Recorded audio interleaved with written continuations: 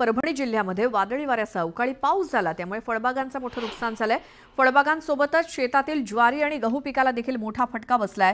जनावरांसाठी वापरला जाणारा चारा पावसात भिजल्यामुळे येणाऱ्या काळात जनावरांच्या चाऱ्याचा देखील प्रश्न गंभीर होऊ शकतो। याच परिस्थितीचा आढावा घेतलाय आमचे प्रतिनिधी विशाल माने यांनी। अवकाळी पावसामुळे मोठ्या प्रमाणात फळबागांना फटका बसलाय। मी सध्या उभा आहे एका आंब्याच्या बागेमध्ये। या ठिकाणी जर आपण पाहिलं तर झाडाच्या खाली अशा प्रकारे फळांची अक्षरशः रांगोळी पडल्याचं दिसून येतंय। यासोबतच आंब्याच्या फांद्याचं देखील कालच्या वादळ वाऱ्यामुळे मोठं नुकसान झालं आहे। फळबागांचा विषय सोडला तर शेतामध्ये असलेल्या गहू आणि ज्वारी सारख्या पिकाचं देखील कालच्या पावसामध्ये नुकसान झालेलं आहे।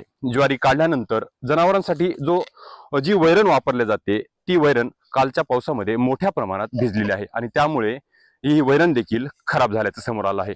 यासोबतच वीज पडून शेतकऱ्याच्या पशुधनाचं देखील परभणी जिल्ह्यात नुकसान झालं आहे। धोंडी या गावामध्ये काल रात्री वीज पडून शेतकऱ्याचा बैल दगावला आहे आणि त्यामुळे आधीच आर्थिक संकटात असलेला शेतकरी पुन्हा एकदा संकटाच्या खाईत लोटला गेलाय। त्यामुळे प्रशासनाने या घटनेचे लवकरात लवकर पंचनामे करावेत आणि फळबागांसोबत जनावरांचं जे काही नुकसान झालेलं आहे ते देखील मदत शेतकऱ्यांना द्यावी अशी मागणी शेतकऱ्यांमधून होत आहे। विशाल माने, न्यूज 18 लोकमत, परभणी।